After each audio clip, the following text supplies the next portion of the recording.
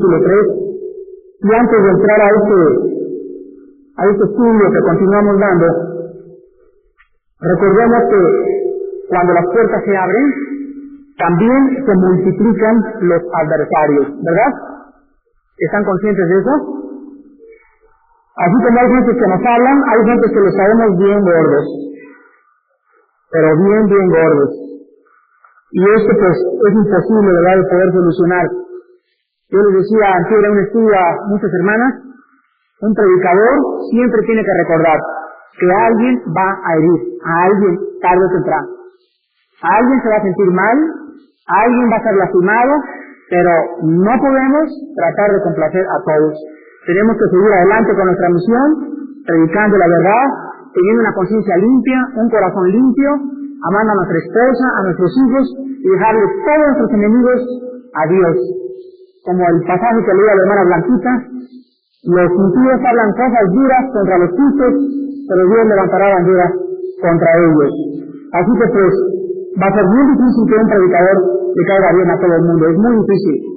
Siempre hay muchas personas, creo que la mayoría, a las cuales les caemos muy mal. Si a Cristo lo crucificaron, ¿qué no nos harán a nosotros?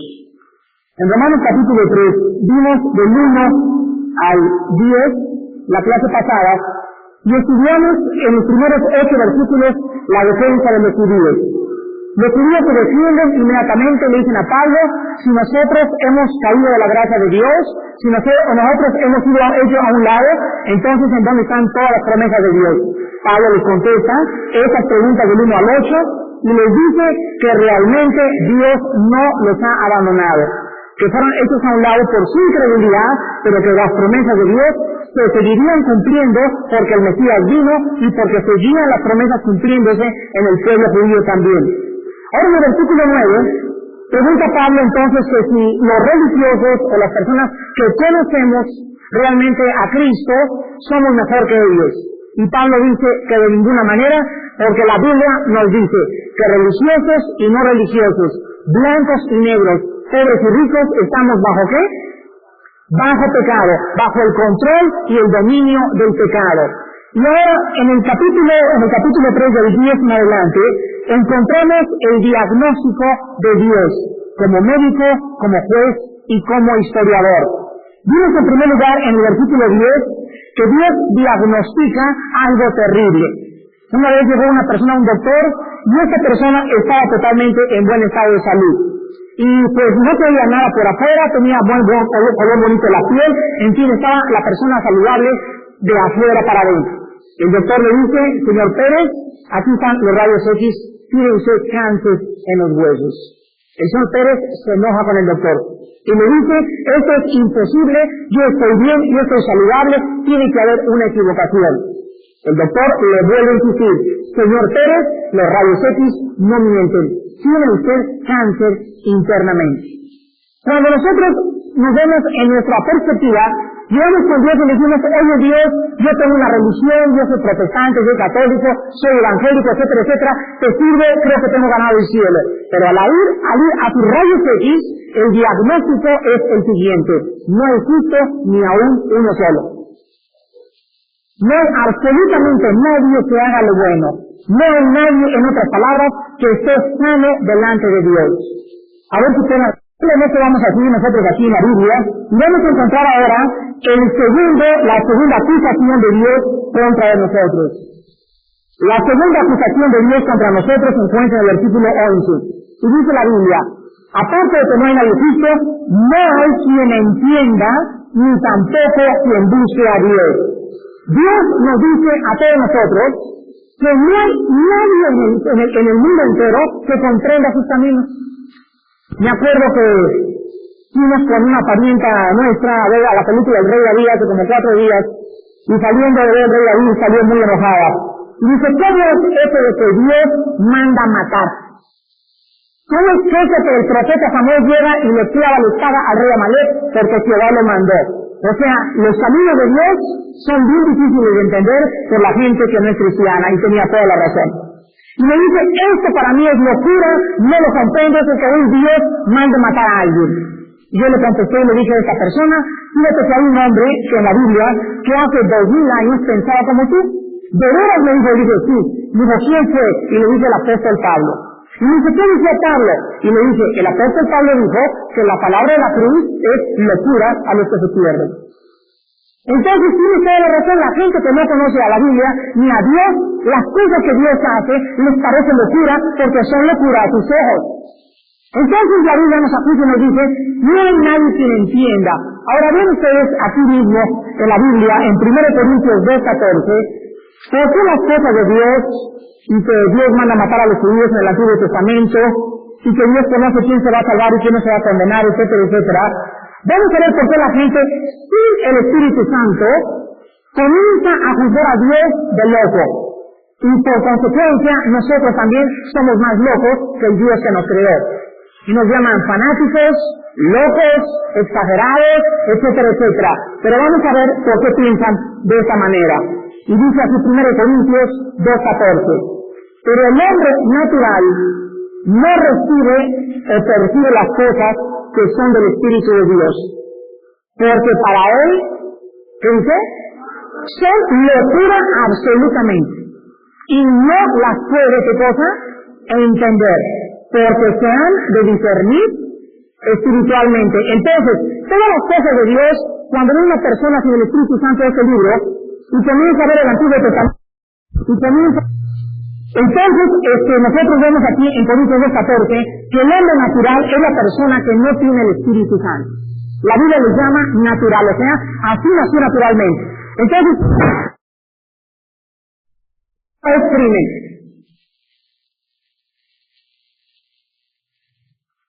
No es asesinato.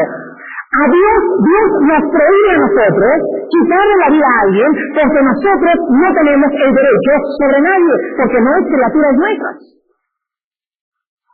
Pero si Dios tiene el poder y la soberanía de crear a alguien, Él tiene el derecho también de llevarse a esa persona que Él creó a la hora que Él quiera, cuando Él quiera, sin preguntarle a nadie, al cielo. Y utilizando un camión, un tractor, la espada de un ejército o una peste o una enfermedad. A Él nadie le puede preguntar. Y cuando Dios dice, vámonos para arriba, no es asesinato. ¿Estamos de acuerdo? Entonces ven los términos que la gente o la mente secular usa.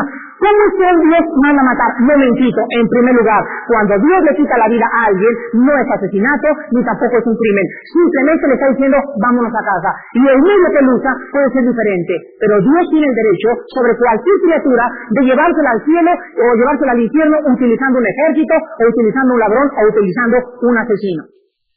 Cuando Dios le dice al pueblo judío, maten a Amalek y a todos los amalecitas, Dios tenía un propósito. Número 1, el propósito de Dios es que esa raza y esa tribu estaba contaminando a los judíos. Era como una plaga que tenía que ser extirpada hasta el fondo. Pero también a los niños Dios les hizo un favor para que no crecieran con padres idólatras y padres degenerados. ¿Se dan cuenta? Cuando comenzamos a penetrar y Dios nos comienza a explicar lo que Él hace en su palabra, entonces quedamos como, oh Padre, perdóname porque hablaba lo que no entendía. Eso es lo que deberías hacer. Mejor cállate tu boquita.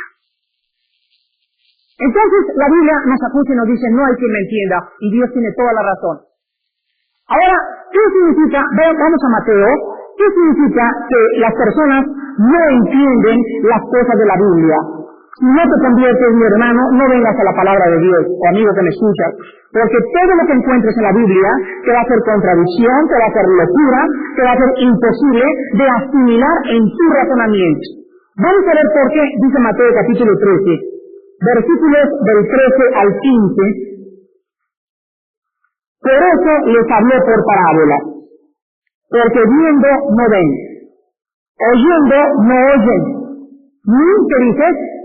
Ni entienden tampoco, de manera que se cumple en ellos la profecía de Isaías que dijo, de oído oiréis y no entenderéis, y viendo veréis y no percibiréis.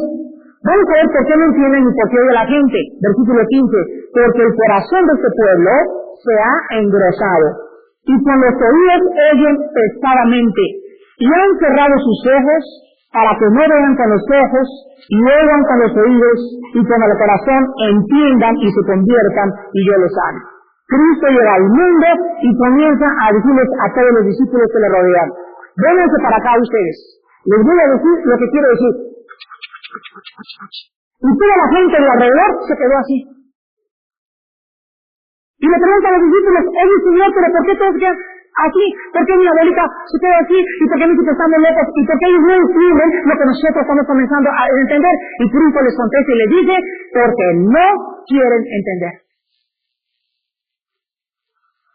Entonces Cristo, Él sabía los corazones de los hombres. Él sabía quién quería oír y quién realmente quería seguirlo. Entonces Cristo, a los que le querían seguir, les revelaba lo que Él quería decirles. Y por eso escogió las parábolas. Las parábolas son enseñanzas espirituales ilustradas por medio de ejemplos o ilustraciones terrenales. Cristo ilustra la resurrección con una semilla de trigo. Una semilla de trigo tiene una vida latente, un frijol, por ejemplo.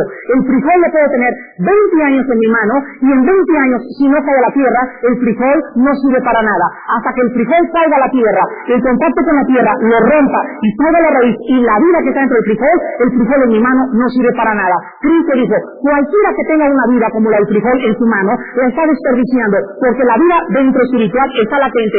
Hasta que la persona no muera a sí misma, la vida verdadera espiritual no va a surgir dentro de tu corazón.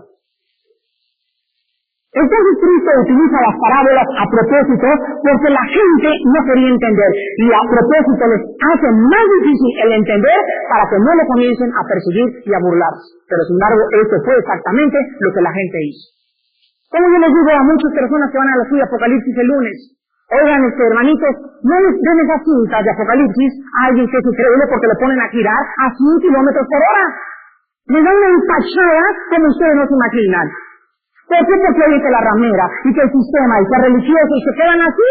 No pueden entenderlo. ¿Por qué? Porque necesitan al Espíritu Santo para comprender y entender las cosas que pertenecen a la palabra de Dios. Yo me cintas de los desayunos que son especiales para los inconversos, pero les dan Apocalipsis y les dan una empachada que los dejan con diarrea durante 8 días. Tenemos que entender con quiénes estamos tratando. Vean ahí mismo en Mateo capítulo 13 ahora, el versículo 23. Ahí mismo en Mateo capítulo 13, versículo 23. Y dice así, mas el que fue sembrado en buena tierra, este es el que oye, ¿y qué cosa? Por fin, comienza a entender la palabra. Y vean ustedes cuál es la señal de que estás entendiendo. Da fruto. ¿Cuál es el fruto de que un joven está entendiendo la palabra de Dios? La obediencia a sus padres. ¿Cuál es la manifestación de un esposo que está comprendiendo la palabra de Dios? El amor a su esposa y a sus hijos. ¿Cuál es el fruto de una mujer que está entendiendo la palabra de Dios? Su sucesión a su esposo. Mientras no haya fruto en tu vida, no estás entendiendo la palabra de Dios. Y acaba diciendo Cristo, y produce a 100, a 60 y a 30 por uno. Entonces, solamente aquellas personas que tienen abierto el entendimiento son las personas que se han convertido y que dan fruto. Ven ustedes ahora también Colosenses capítulo 2, versículo 8. Colosenses 2, versículo 8. En esta segunda acusación de Dios contra nosotros, nos dice, no hay quien entienda. Y estamos entendiendo por qué las personas sin Cristo no pueden comprender la Biblia. Colosenses 2:8. Y el Espíritu Santo nos advierte a los que ya entendemos, o comenzamos a entender. Miren, nos dice el Espíritu Santo, pónganse abusados, pónganse listos, los que ya entendieron. Pónganse listos y abusados que nadie los engañe por medio de qué cosa. Fíjense lo primero que nos advierte el Espíritu Santo. El mundo tiene su forma de pensar y los pensamientos de Dios son más altos que nuestros pensamientos. El que es de la tierra es terrenal, el que es del cielo es celestial. El mundo tiene su corriente filosófica y el mundo a través de su corriente filosófica quiere penetrar en la iglesia, me quiere influir a mí, me quiere impresionar a mí a que yo piense como ellos. Ahora, ¿quién va a ganar? Jóvenes que me están escuchando, todos los jóvenes en esta iglesia y en cualquier iglesia del mundo están sujetos a dos presiones. Presiones intelectuales en tu escuela. No hay Dios, no es cierto, no es la Biblia la palabra de Dios. Dios no existe, son mentiras, hay contradicciones. Dale, y dale, y dale, y dale, y te clavan clavos en el ataúd espiritual para que llegues a explotar y llegue realmente, sigas a la presión y digas, sí es cierto, no hay Dios. ¿Tienes amigos de esa clase? ¿Tienen amigos ustedes casados también de esa clase como vecinos? Que los están martillando y martillando bajo expresiones. Ahora, aparte de la presión intelectual que todos tenemos la presión también moral. Acuérdense ustedes de esa famosa novela que hace mucho tiempo salió, Crimen y Castigo. En esa novela se encuentra la familia de una familia rusa y comienza una muchacha a decirle a su hermano, fíjate que tengo un complejo de culpa porque soy una prostituta y me he entregado a varios hombres. Y le contesta el hermano y le dice, mira Ruska, le dice el hermano Pavlovsky, mira Ruska, quiero decirte que el pecado no existe Dios, no tienes por qué tener culpa. Sí que me tienes esa ideas en la cabeza. Y ella, sí es cierto, aunque yo no sé que nadie me ha dicho nada, algo siento en mi corazón que es pecado y que no lo voy a seguir haciendo. Y el hermano durante 10 años le comienza a clavar los últimos clavos en el ataúd de Rusia para que ella pueda condenarse en el infierno. Era un hombre, un muchacho de 20 años que ni siquiera sabía él mismo la clase de filosofía que estaba manifestando a su propia hermana. ¿Eres tú alguien que está aceptando que la gente te diga, no es malo ir a las discotecas, no es malo tomar, no es malo el pecado, no es malo andar con incrédulos, y la presión llega al momento en que cedes y te entregas y dices, realmente soy un fanático, un exagerado, no tengo por qué ser tan exagerado en mi vida, realmente tengo que ser como los demás. Has perdido la batalla de tu alma. Miren que nadie los engañe por medio de filosofías y huecas sutilezas según las tradiciones de los hombres, conforme a los rudimentos del mundo y no según Cristo. Cuando el presidente Reagan bajó del escalinata del avión para dirigirse a la Casa Blanca, se acercó un reportero, mirad este ejemplo para ilustrarle lo que es el mundo. Y el reportero dijo, señor Reagan, ¿usted está de acuerdo en que los homosexuales deban tener derechos? Y el presidente Reagan condenó, el reportero le dijo, mire señor, los homosexuales son una abominación, es algo horrible. Y entonces el reportero le dijo al presidente Reagan, pero ellos no piensan como usted. Eso es lo que usted piensa, pero para ellos hay esa abominación no ser homosexual. Entonces Reagan les contestó y le dijo, a mí no me importa lo que piensen ellos, para mí es una abominación. Y entonces el reportero le contestó y le dijo, pues a ellos tampoco les importa lo que usted piensa. Y entonces Reagan se enoja y se voltea y dice, reportero, mire usted, la Biblia dice que es abominación a los ojos de Dios. ¿Se dan cuenta? El mundo secular viene con nosotros y nos dicen, eso es sí verdad de ustedes, ¿no es cierto? Eso es lo que ustedes piensan, pero nosotros pensamos de esta manera. Pues no es ni lo que yo piense, ni lo que tú pienses, sino lo que dice la palabra de Dios. Citas al Espíritu Santo para que Él te abra el entendimiento y comiences a conocer algo que fue inspirado por el Espíritu de Dios. Ahora veamos a continuación en el versículo 11, Romanos 3:11, la tercera acusación. Romanos 3:11. No solamente no hay nadie justo delante de Dios, no solamente no hay quien entienda a Dios, sino que aparte, dice la Biblia, no hay tampoco nadie que busque a Dios. Ahí chocas inmediatamente. ¿Cómo? A ver, un momentito, ¿cómo está eso de que? Pero si yo siempre pido a Dios. Yo siempre, por eso hermano, estoy ahorita con los gurús. ¿Por qué? ¿Por qué estás con los gurús? Estás buscando otra cosa. Lo que te han enseñado ellos, la divina, el llegar a ser Dios por sí mismo. Entonces, si es fiel, no es cierto que la Biblia diga eso, yo sí he estado buscando a Dios. Vamos a ver qué significa esto, de que no hay quien busque a Dios. Miren ustedes. La búsqueda del hombre hacia Dios, quiero que lo recuerden siempre. La búsqueda del hombre hacia Dios es el camino de las religiones y las filosofías. Cualquier medio que el hombre use para tratar de buscar a Dios, o cualquiera que te diga estoy buscando a Dios, está empleando dos caminos. Está empleando o religiones o filosofías. Los Beatles, cuando se fueron a la India, dijeron al subir el avión en Liverpool, vamos en la búsqueda de Dios. Pero ven ustedes cómo la búsqueda de Dios era a través de qué. ¿Perdón? A través de un gurú, a través de drogas. Los que se drogan también dicen que estamos buscando a Dios en donde, en las drogas. Entonces, cuando la Biblia dice no hay quien busque a Dios, se refiere a que no hay nadie que quiera llegar al Padre a través de la cruz del Calvario. Cristo dijo nadie va al Padre si no es por mí.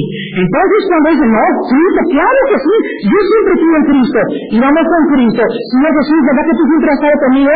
Y nos contesta Jesús y nos dice, ¿de veras? El que me ama, guarda mis mandamientos. Pues yo no soy capaz de guardar, y entonces ¿por qué sigues con tus ídolos? Pero yo quiero seguirme, y entonces ¿por qué sigues haciendo lo que estás haciendo? No puede haber una entrega si no hay obediencia. Se dan cuenta que no estás buscando a Cristo, y si lo estás buscando, escucha esas palabras, lo estás buscando a tu manera. Lo estás buscando bajo tus propios conceptos y bajo tus propios términos filosóficos, pero si tú no te sujetas a la forma como Dios quiere que tú le busques, nunca podrás encontrar la verdad, porque Dios ha establecido que el hombre lo encuentre a través de la cruz del Calvario.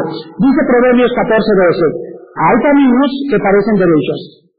Parece que ese camino te va a llevar a Dios, pero su fin es camino de muerte.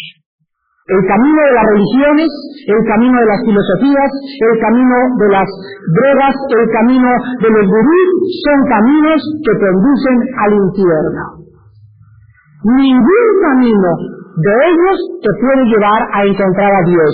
Ahora nosotros vamos a encontrar también que cuando nosotros vemos la diferencia entre el cristianismo y las demás religiones, el cristianismo se diferencia de todas las religiones en este punto precisamente. Vean Génesis capítulo 3, versículo 9.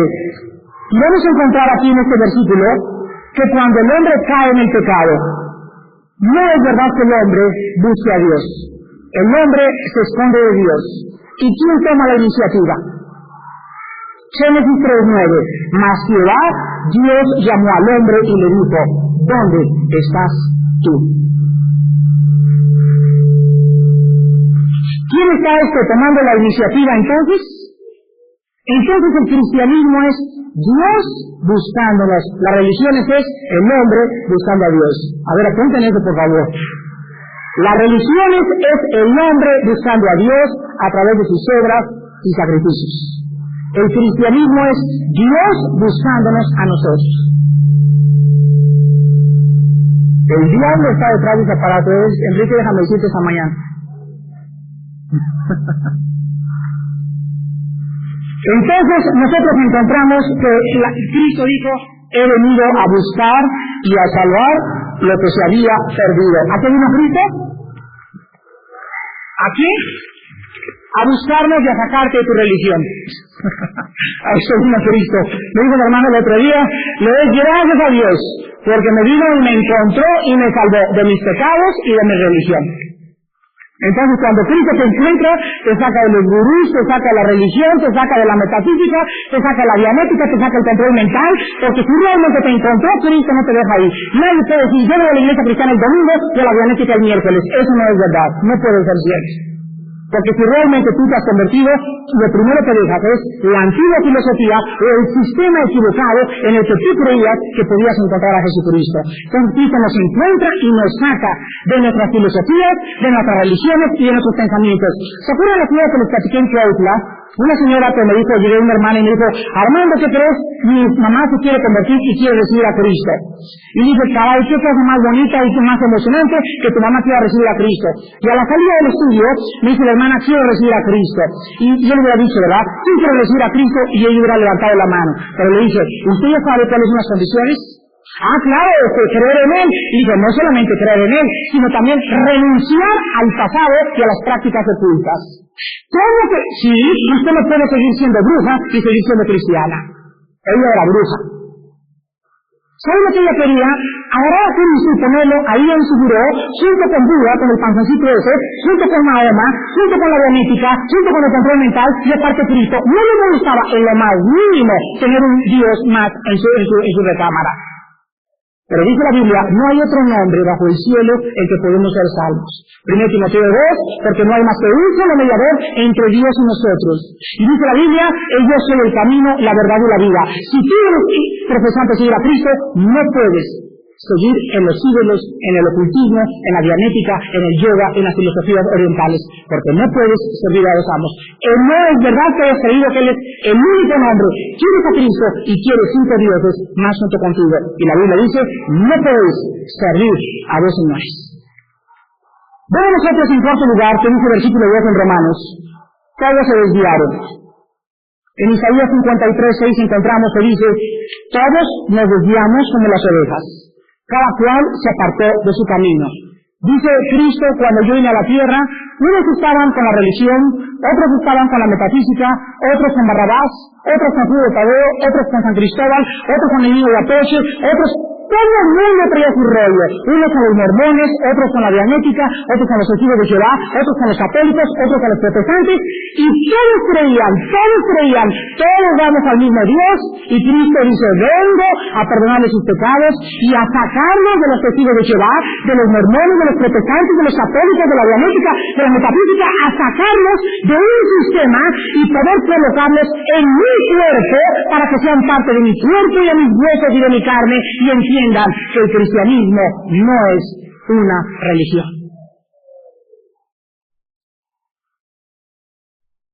Todos nos desviamos.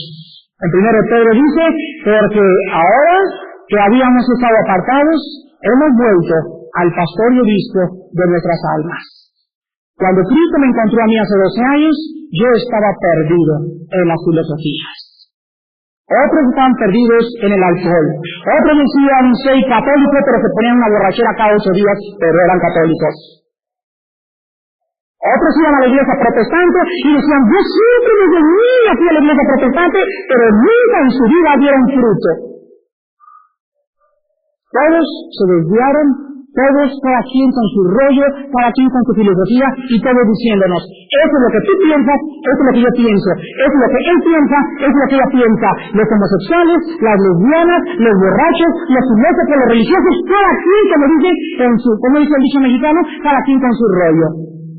Pero cuando viene Cristo y nos paramos y les dimos a todos están mal, no soy yo ni tú, sino es Cristo, la gente está dispuesta a perseguirnos, porque el cristianismo es exclusivo. El cristianismo es exclusivo, el cristianismo es radical, el cristianismo es esto o no eres. Y por eso somos exagerados, por eso somos fanáticos, porque Cristo fue radical y fue fanático. Cristo dice, si no lo quieres de nuevo, no puedes. Es imposible entrar al reino de Dios. En ese momento los fariseos le dijeron, eres un exagerado, estás tratando de ser buenos, tratando de hacer esto, y Cristo vino a traer el machete. He venido a dividir la luz de las tinieblas. Si eres cristiano, tu vida cambia, das fruto, eres radical, eres fanático, y la llama de mi espíritu arde en tu corazón de tal manera que comienzas a causar y a desatar persecución detrás de tu vida. Y la pregunta de esta mañana es, ¿estás siendo perseguido? No, mi hermano, es que mi familia me lo quiero llevar muy tranquila, no quiero pleitos con mi mamacita, no quiero pleitos con mi suegra, no quiero pleitos con mi prima, no quiero que haya problemas por la causa de Cristo. ¿No estás dispuesto en tu vida a causar división en tu familia? No eres digno de seguir a Jesucristo. Porque no he venido a traer paz, he venido a traer tristeza. Estaba a dividir al hombre contra su suegra, a la suegra contra la cuñada, y los enemigos del hombre serán los de su propia casa. Hermanos, ¿lo habéis comprendido? ¿Lo habéis comprendido que no podemos tratar de agradarlos? Tenemos que hacer que nos persigan, y que nos calumnien, y que nos griten, y que nos digan de cosas si no hemos sido fieles a nuestro mensaje. En cuarto lugar, dice la Biblia también no solamente no existe, no hay quien entienda, no hay quien busque a Dios, sino que dice en el quinto lugar, el versículo 12, todos aparte se hicieron inútiles. ¿Saben ustedes cuál es el concepto filosófico del ser humano, psicológicamente y psiquiátricamente? Pregúntale a cualquier persona que no sea cristiana, doctora en filosofía, psicóloga, lo que quieras, y siempre te dirán, hay algo de bueno en el hombre. no es tan malo como parece. Realmente hay más bien que el mal en el hombre. Todos se lo van a decir. Y la Biblia nos dice, esta palabra inútiles en el griego significa podrido. Podrido. Podría traducirse, todos nos echamos a perder. Cuando vino Cristo, lo único que encontró, ¿qué cosa fue? Mango con un gusanito, y bueno, dijo Cristo nomás el gusanito, y ya le remiende la cascarita, y el mango está bueno para comer. La Biblia dice que cuando Cristo vino, la humanidad entera estaba echada a perder. No había en la fruta algo, un centímetro bueno delante de Dios. Sin Cristo tu vida en esta mañana está podrida, es inútil totalmente. Y los tratos que te quieras cubrir de religión son como abominación delante de Dios. En el versículo 12, la sexta acusación dice, no hay quien haga lo bueno. ¿Saben lo que es bueno para nosotros? Lo que es bueno para nosotros es la filosofía de México. No te metas con nadie, ni que tampoco se metan con nadie. Respétalos y respétame, chiquita. Y en eso tenemos la ley del buen samaritano. Mire, señora, yo no me meto con nadie, no quiero que usted se meta conmigo. Señora, vamos a decirle a nosotros. No entiende que no, la ley de la filosofía no es no meterse con nadie, ni usted tampoco meterse con nadie. El dice, no hay quien haga lo bueno. Para nosotros lo bueno es dar dulces, ir a la iglesia, dar diezmos, con las mojitas, ir a visitar los presos. Eso para nosotros es bueno. La Biblia dice, si haces todo eso y no tienes mi espíritu delante de mí, no es nada absolutamente más que tratos inmundos. No hay, dice la Biblia, nadie que haga lo bueno. Ahora, ¿saben ustedes por qué la Biblia nos dice que las cosas buenas que parecen buenas y altruistas a los ojos de Dios son malas? Les voy a decir por qué. Porque no provienen de un corazón regenerado. Número uno, sino de una naturaleza caída, egoísta y convenenciera. Todas las cosas buenas que hiciste antes de que tú fueras cristiano tenían una raíz. Tu egoísmo, tu conveniencia o tu propio orgullo. Yo me acuerdo cuando una persona me dijo, yo quiero dar ahorita una ofrenda a Vida Nueva para México. ¿De cuánto la ofrenda, señor? Pues 5 millones de pesos. Y yo sabía que esa persona no era cristiana. Y dije, solamente quiero decirle, antes de que usted dé la ofrenda, que esta ofrenda no le va a colocar a usted en una posición mejor delante de Dios. Dice, oye, pero si les voy a ayudar a ustedes para que prediquen el Evangelio y para que tú puedas comprar algo y puedan hacer una cosa más buena, compren coche, necesitan productores, necesitan miles de cosas. Y dije, está muy bien, denme la ofrenda, pero quiero repetirle que esa ofrenda no va a salvar a su alma. Se enojó tanto que no me la dio. Yo tenía mi conciencia limpia, porque le dije, sí, no, estoy seguro que esto le va a ayudar un chorro. Mire, usted cree que esto le va a dar 3 pasitos aquí al reino de Dios. Y le va a sacar un pasito, otros 5 milloncitos más y está usted dentro.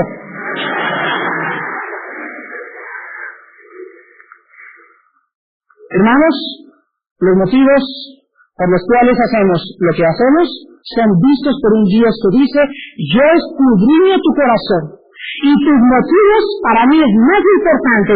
¿Por qué fuiste a cuidar a un enfermo al hospital que realmente el hecho de haberlo cuidado? Lo fuiste a cuidar en mi nombre o lo fuiste a cuidar porque te gusta cuidar enfermos en los hospitales? Yo conozco gente que le encanta vivir en los hospitales visitando enfermos. Les encanta. Les encanta ir a los funerales y a los velorios. Les encanta. Disfrutan estar en un hospital. Y por ser el día de rata, esta persona tiene que ya entró al cielo. Pero, ¿cuál es el motivo por el cual le gusta ir al hospital? Realmente lo hace porque tiene amor por esa persona y es una persona con espíritu de sacrificio o porque en su corazón le encanta la cama gratis, por ejemplo. Simplemente hay personas que dicen les encanta ir a la cárcel a ver a los presos. No por ayudarlos, sino porque les gusta, así como les gusta montar a caballo, les gusta también ir a los velorios. ¿Se dan cuenta? El motivo por el cual hacemos lo que hacemos es lo que Dios dice delante de él. Nadie tiene sin Cristo buenos motivos para hacer absolutamente nada delante de mis ojos. En séptimo lugar, dice el versículo 13, la séptima acusación, sepulcro abierto su garganta. ¿Saben ustedes que cuando un doctor examina a alguien, lo primero que me dice es, abre tu boca y saca la lengua? ¿Saben por qué? Porque la garganta y la lengua revelan nuestro estado de salud. ¿No lo sabían? Entonces, yo llego a un doctor y dice, doctor, no, yo estoy bien. Y me dice el doctor, abre la boca, y me dice el doctor, Armando, veo putridez, hueles a caño abierto, es un olor nauseabundo, hay muerte, decadencia, lo que estoy bebiendo. Digo, pero no, doctor, mire, mi boca está pintada con Gillette Chanel, por afuera está muy bonita, pero cuando abro la boca y me asomo adentro, veo muerte, decadencia y putridez moral y espiritual. El diagnóstico como médico de Dios para nosotros es que tú puedes tener la foto del Papa aquí junto a tu saco, puedes tener aquí la foto de Armando Alducin también en tu saco del lado derecho, puedes tener el sacerdote aquí en tu bolsa, puedes tener un santito en tu casa, puedes ir a la iglesia, puedes estar retratado en tu casa con el obispo de Teteltepec, etcétera, etcétera. Y de acuerdo a lo que Dios ve por afuera, todo el mundo dice esa persona se va al cielo, es buena. Pero Dios te dice en esta mañana, lo único que veo es muerte espiritual en tu corazón. Sepulcro abierto es su garganta. Dice la Biblia también en este pasaje que así como el sepulcro por afuera está decorado y le ponen al sepulcro, le ponen ahí atarrando retratado y la foto de quién sabe qué tantas cosas, He-Man está en el sepulcro y rejitas y por afuera está precioso y abres el sepulcro y te encuentras gusanos, putridez y decadencia y muerte dentro de ese sepulcro. Así dice la Biblia que estamos los seres humanos sin Cristo. Ahora dice en octavo lugar, con su lengua engañan. Aquí el tiempo del verbo indica una acción continua y habitual. O sea, Cristo dice y el Espíritu Santo, la raza humana por norma miente y engaña al hablar. La tendencia natural del ser humano es la mentira y el engaño. ¿Se acuerdan de Juan 8:44? Vosotros de vuestro padre el diablo hijos sois, y los deseos de vuestro padre queréis hacer. Porque él ha sido dos cosas. Una, homicida; dos, mentiroso y padre de mentira. Cuando una persona no cristiana es tu socia en tu trabajo, dice la Biblia que su tendencia en su corazón es en primer lugar decir que vamos a ser socios, sí, yo sé que soy cristiano, te voy a respetar y vamos a hacer una buena compañía, no hay ningún problema, pero la Biblia dice que en su corazón hay engaño, hay conveniencia, hay egoísmo y la mayor parte de las veces se va a mentir. Entonces cuando tú haces una alianza o una sociedad con alguien que no es cristiano, estás haciendo una sociedad con un muerto y con alguien que te va a mentir para quitarte el fruto de tu trabajo. Yo reconozco tu labor, señor, dice, reconocemos la labor en esta compañía, etcétera, etcétera, bla, bla, bla, bla, bla, bla, y la reconozco porque le he dado a la compañía 18 horas diarias de mi trabajo. Por eso, pero cuando yo me enfermo, y cuando yo le pido a la compañía tiempo extra, y cuando digo, la ley dice que si yo trabajo 8 horas, y trabajo 9 horas, me tienes que pagar tiempo extra, entonces no te reconocen. ¿O sí? Entonces, ¿por qué te reconocen? Porque están exprimiendo y sacando hasta el último jugo para poder decirte que doy un premio, pero ese premio es deuda porque te lo has ganado. Pero que te lo reconozcan por tu trabajo. Dice la Biblia que no hay nadie más que engaño para hacerte trabajar en la forma como están haciendo trabajar. Vemos en el octavo lugar que dice la Biblia, el noveno lugar, veneno de áspides hay debajo de sus labios. Aquí se refiere a la cobra egipcia. La cobra egipcia tiene una bolsa de veneno aquí abajo de la boca. La cobra egipcia levanta la boca, abre la boca y hay dos colmillos superiores que cuando muerde a la víctima encaja los colmillos e inyecta de la bolsa el veneno a la víctima y la mata en menos de 3 minutos. Dice la Biblia que la gente de la misma manera, en cuanto abre la boca, la gente tiene escondida una bolsa de veneno y lo primero que la gente hace al abrir la boca es inyectar veneno para poder herir mortalmente a sus semejantes. La gente abre la boca y hiere la reputación de su hermano, de su hermana, de su vecina o de su pastor. ¿Se habían puesto a pensar eso ustedes? Que cuando tú dices algo que no es cierto, estás hiriendo la reputación de alguien. Y no hay cosa más abominable delante de Dios, dicen Proverbios. Dios abomina la boca mentirosa y la que siembra codicia entre los hermanos. Cuando alguien oigas que viene y te dice, cuchi, en cuanto a una persona, y está hiriendo la reputación de esa persona, frénala. Y en ese momento, investígalo, antes de llegar a una solución. Pero es bien fácil, porque la Biblia dice que los mismos cristianos están siendo curados de tanto veneno que teníamos antes de conocer al Salvador. Qué triste es en la iglesia haya personas que abren la boca para inyectar veneno y herir la reputación de los hijos de Dios. Vemos en 10º lugar, que dice el versículo 14, su boca está llena de maldición y amargura. ¿Quieres probarlo? Ve en la calle y agarra a un cuate y dile así, échese para allá. Y en ese momento te das cuenta que tumbaste un avispero. Van a salir 100 groserías por minuto de su boca. 100 groserías por minuto. Ciérratele a alguien en el periférico y no te va a decir, Dios lo bendiga. Empuja a alguien, pica a alguien, insulta a alguien, hable algo a alguien y vas a probar que la Biblia tiene razón. La boca del hombre es increíble cómo se maldicen los hombres unos a otros. Hijo de tal por cual te dicen, tu mamá es esto, tu cuñada y tu hermana y tu prima y toda tu casa. Hable algo a alguien y vas a ver que la Biblia diagnostica lo correcto. Amargura y maldición hay en la boca. Una prueba muy grande de que has crecido en Cristo es que se te cierra en el periférico. Una prueba muy grande es de que alguien de repente piensa por detrás y tú te quedas también. En ese momento, ¿cómo estás reaccionando? Esa fue mi prueba cuando yo tenía 7 meses de cristiano. Había algo que me molestaba. Llegar a un estacionamiento y echarme así en reversa, y mientras me estaba echando en reversa, que llegara alguien y se me metiera así. Todo me molestaba eso. Me bajaba, me enrollaba las mangas de la camisa, me apretaba el cinturón y estaba listo, ¿verdad?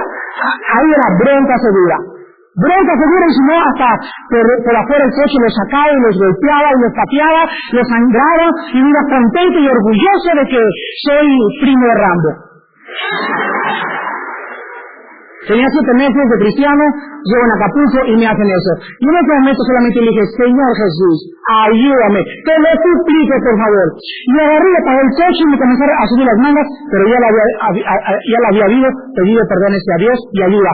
Y cuando me acabé de remangar las mangas, me bajo del coche y me lo quedé mirando, me quedé en mi coche así, y dije, de veras no vale la pena, que me subo y que me voy. Me paré los 3 kilómetros, tengo que parar y dije, Padre, gracias porque por primera vez en mi vida me controlo mis impulsos. La Biblia dice, hermanos, que realmente dentro de nosotros no hay nada bueno y que nuestra boca está llena de maldición y de amargura. ¿Cómo estás reaccionando? Miren, les voy a decir una cosa delante de Dios con todo mi corazón. Desde que me convertí a Cristo, se los digo con todo mi corazón, mis hijos son de testigos. Jamás volví a decir una grosería. Yo no me acuerdo jamás, desde que me convertí a Cristo, que se me haya salido una mala palabra de mi boca. No me acuerdo. No es posible. Ahora que tú tienes 2 años en Cristo y todavía habitas mentadas de mamá, híjole, lo único que está revelando es que no has crecido nada. Que aquí en tu corazón hay tanta, dice, su boca está llena de maldición y amargura, significa que todavía hay mucha amargura en tu vida. Qué triste es un cristiano oírlo decir groserías. Qué triste. Dice en un lugar, sus pies se apresuran para derramar sangre. Antier vi a un niño de 5 años decirle a otro, si me vuelves a pegar, te mato. Yo le quería decir, ¿cómo que me matas? Me mato 3 veces, me dijo. Yo lo que dije inmediatamente, este niño estoy seguro que no sale de esos lugares donde hay maquinitas. Entran ustedes a ese lugar que le llaman chistosos, donde hay maquinitas, y el 90% de las maquinitas son asesinatos. Comando, comienza a matar con los 50,000. Le comando, segundo, todos son destrucción, todos son matar, todos son asesinatos, todo es derramar sangre. Vas al cine y es persecuciones, es aniquilaciones, es derramamiento de sangre. Cine, televisión y la vida del hombre. Dice la Biblia, sus pies, el hombre, ya lo ves en un niño, te voy a matar. El niño no sabe lo que está diciendo, pero en su naturaleza existe el deseo de derramar sangre. ¿Qué hace que el niño no agarre unas tijeras y en lugar de darle un trocón al niño, le entierra las tijeras en la espalda? ¿Por qué un niño de 5 años no le entierra las tijeras a otro niño? Porque el Espíritu Santo está impidiendo que el mal se desborde en la forma que se podría desbordar si el Espíritu no controlara a las criaturas. ¿Cuántas veces has dicho, a mi suegra la enveneno? A mi socio, en cuanto tenga oportunidad, llegaría hasta matarlo. A mi esposa nomás se lo agarre con otro bañán y le retuerce como aguajolote el pescuezo. En todos existe sin Cristo el deseo del homicidio. Dice en doceavo lugar, quebranto y destrucción y desventura hay en sus caminos. La palabra quebranto significa destrucción, desventura significa miseria. Eso significa lo siguiente, que el hombre ha dejado detrás del hombre siempre destrucción, desolación y miseria. Todos los conquistadores y todas las guerras nos han mostrado que han dejado hambre, muerte, peste, enfermedades, sufrimiento y dolor. ¿Cuántos de ustedes, hermanos queridos en Jesús, han dejado quebranto y desventura después de que te divorciaste? Te divorciaste y volteaste a tu casa y lo único que dejaste fue quebranto y desventura. Tus hijos amargados, tu esposa amargada, tu familia amargada. ¿Por qué? Porque te fuiste con otra y no quisiste seguir casado con la misma mujer. ¿Cuántos de ustedes jóvenes, al ponerle las manos a sus novias, han dejado huellas en sus novias de destrucción y desolación? La has manchado, le has quitado la virginidad, la has insultado y la has avergonzado. Quebranto y desventura hiciste de tu novia. La Biblia tiene razón. Quebranto y desventura dejamos detrás de todo lo que hacemos. Cristo vino para que tengamos vida y la tuviéramos en abundancia. Y vemos también en tercer lugar, no conocieron camino de paz. A través de toda la historia el hombre ha hablado de paz. Liga de Naciones Unidas, Organización de Naciones Unidas, todas estas organizaciones, un propósito, buscar la paz entre nosotros. El resultado es 15 años de paz en 6.000 años de historia. ¿Escucharon? 15 años de paz en 6.000 años de historia. El hombre no conoce lo que significa la paz. No sé si ustedes sepan, Anwar Gaddafi dijo hace una semana, España y Alemania estuvieron involucradas en el bombardeo y en el hundimiento de nuestros 2 barcos. Si alguien se mete en la guerra de nosotros contra Estados Unidos, amenazó a Europa. ¿Cómo es posible, yo me pregunto, que un hombre que sepa que tiene la sexta flota americana enfrente de sus puertos de Trípoli, con 3 portaaviones cargando en un solo avión puede acabar con Gaddafi y con todo Libia, puede tener la arrogancia de pararse y decir, si me hacen esto, ataco a Europa? O sea, ese hombre no es posible que esté en su sano juicio. Es un hombre totalmente tocado de sus facultades mentales. Y ahí está la sexta flota anoche que acaba de llegar al puerto de Trípoli y en cualquier momento, mis hermanos, nos vamos. ¿Yo te dice Jesús? En cualquier momento nos vamos. Y no los cristianos viviendo una vida tan vacía, tan carnal, de calumnia, de maldiciones, de chismes, de inyectar esto, de inyectar veneno, de envidia, de querer destacar, de querer... Todo es y nadie quiere vivir para el reino de Jesucristo. Y el Señor ya viene, y hoy tenemos la tercera guerra mundial a las puertas de nuestra propia casa. En último lugar dice el versículo 18, no hay temor de Dios delante de sus ojos. Claro que no hay temor. Si el hombre tuviera temor, no haría lo que hace. Si tú tuvieras temor de Dios, ¿tú crees que podrías hablar mal de alguien? Cuando tú hablas mal de alguien, lo haces porque no tienes temor delante de Dios. Porque si tú supieras que si tú hablas mal de alguien, en lo mismo malo que tú hablaste, ¿sabes tú que te va a regresar? ¿Sabían eso? El mal que el hombre sembrare es el mal que el hombre va a cosechar. Ahora, si yo tengo temor delante de los ojos, delante de Dios, en ese momento, yo me callo y no miro a esa mujer, no digo lo que iba a decir, me reservo mi juicio, porque sé que un Dios se lo va a juzgar y me va a medir con la misma vara que yo estoy midiendo a todos los demás. Dice en Proverbios capítulo 1, versículo 7, el principio de la sabiduría es el temor de Dios. Para poder ser sabio, necesitamos tener temor de Dios. Y quiero acabar diciéndoles lo siguiente. ¿Qué es el temor de Dios? El temor de Dios es lo siguiente. Los que están apuntando este pasaje, este estudio, háganlo inmediatamente. El temor de Dios es la conciencia profunda en mi vida de que Dios me ve las 24 horas del día y conoce cada pensamiento, cada motivo de mi corazón y me pagará conforme a ello. Eso es vivir en el temor de Dios. Aquí hay un camino que Dios quiere que yo camine. Y yo camino en este camino con temor de Dios, o sea, sabiendo que, ¿para qué me hago el tonto de no pagar impuestos? ¿A quién estoy engañando? ¿Por qué no voy a ser yo tonto? Dios sabe que no estoy pagando impuestos. Entonces, no pagar impuestos es no tener temor de Dios. Decirle a Dios, Señor, no exageres, por favor, no me exageres, Señor. ¿Por qué voy a venir caminando la vida cristiana y voy a ver a otra mujer que no es mi esposa? ¿Por qué lo voy a hacer? ¿Por qué le voy a engañar? Yo sé que Dios me va a pagar conforme a lo que yo estoy haciendo. Dios me va a decir, hermano, estás sembrando semillas de destrucción en tu matrimonio. Voy a tener que castigarte, hermano. Arrepiéntete, hermano. ¿Por qué lo tengo que hacer? Porque no tengo temor de Dios. Si yo camino la vida cristiana, yo no voy a hacer negocios sucios. ¿Por qué me voy a engañar? No hay una sola tranza que Dios me vaya a permitir en mi vida. Un pecado, por más pequeño que sea, tiene que estar bajo la sangre de Cristo.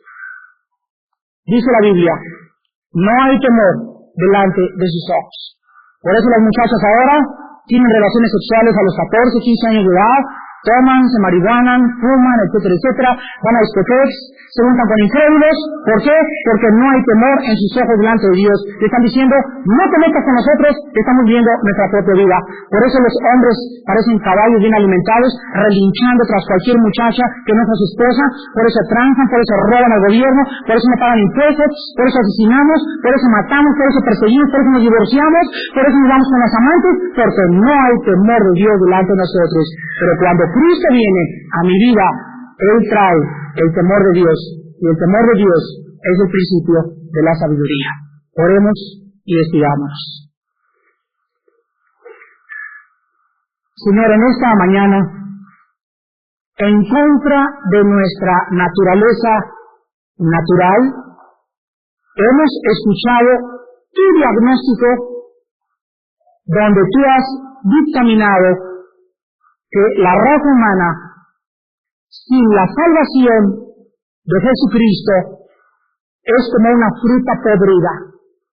Cuando habla, ajos y cebollas salen de su boca. Cuando piensa, maldades piensa en su corazón. Cuando hace cosas buenas, las hace bajo motivos equivocados. No hay nada bueno más que una nueva creación en Cristo Jesús. Tú no viniste a renovarnos ni a parcharnos, porque nunca se pone un remiendo viejo en un vestido viejo, porque el remiendo viejo jala el vestido y lo rompe, ni tampoco se echa vino nuevo en odres viejos, porque el vino nuevo tiene la tendencia de expandirse y rompe los odres viejos, sino que se necesita un vestido nuevo y un odre nuevo. Tú no veniste a parchar ni a decirnos, pertenecen a una iglesia y entrarán al cielo. Tú has venido a formar una nueva criatura dentro de nosotros, a matar a la antigua criatura, a crucificarla en la cruz del Calvario, porque la paga del pecado es la muerte, y la única medicina era la muerte en la cruz del Calvario. Por eso tú tomaste el cuerpo de un hombre, y en semejanza de hombre y de carne de pecado, veniste al mundo y moriste por nosotros. Ahora tú demandas que nosotros muramos con tu Hijo, al aceptarlo en nuestro corazón. Gracias, Señor, porque es lo único que tú ves ahora, el nuevo hombre que has venido a formar con tu Espíritu Santo. Padre Santo, como cristianos en esta mañana, ayúdanos a recordar que aún quedan rastros de nuestra vieja vida. Hay cristianos que aún siguen maldiciendo, siguen diciendo groserías, siguen viviendo como antes. Sus pensamientos les son exageraciones, sus pensamientos les son ridiculeces, sus pensamientos chocan contra sus mentes, porque no han crecido y porque son carnales. Padre, te pedimos por ellos en esta mañana, que tu palabra penetre en sus corazones, les levante de sus asientos y les muestre que sin santidad nadie te verá. Padre, gracias porque recordamos el avionazo de hace una semana, que en ese avión iban personas que nosotros conocíamos, que les habíamos hablado de ti y que nunca supieron que nunca iban a llegar a Puerto Vallarta ni a Los Ángeles, California. Tenían una cita contigo y con el destino y no hubo oportunidad de volver a hablarles. Padre, esas personas solo tú sabes dónde están, pero cualquiera en esta mañana que piense como ellas podrá en cualquier momento caer muerto delante de ti, sin el perdón de Cristo y ni el perdón de pecados. Oh Dios, ayúdanos a ser radicales, exagerados y arder como una antorcha para que el mundo se moleste y nos persiga y nos calumnie y podamos decir, estos alborotan el mundo como lo hicieron los apóstoles y lo hizo tu Hijo Santísimo.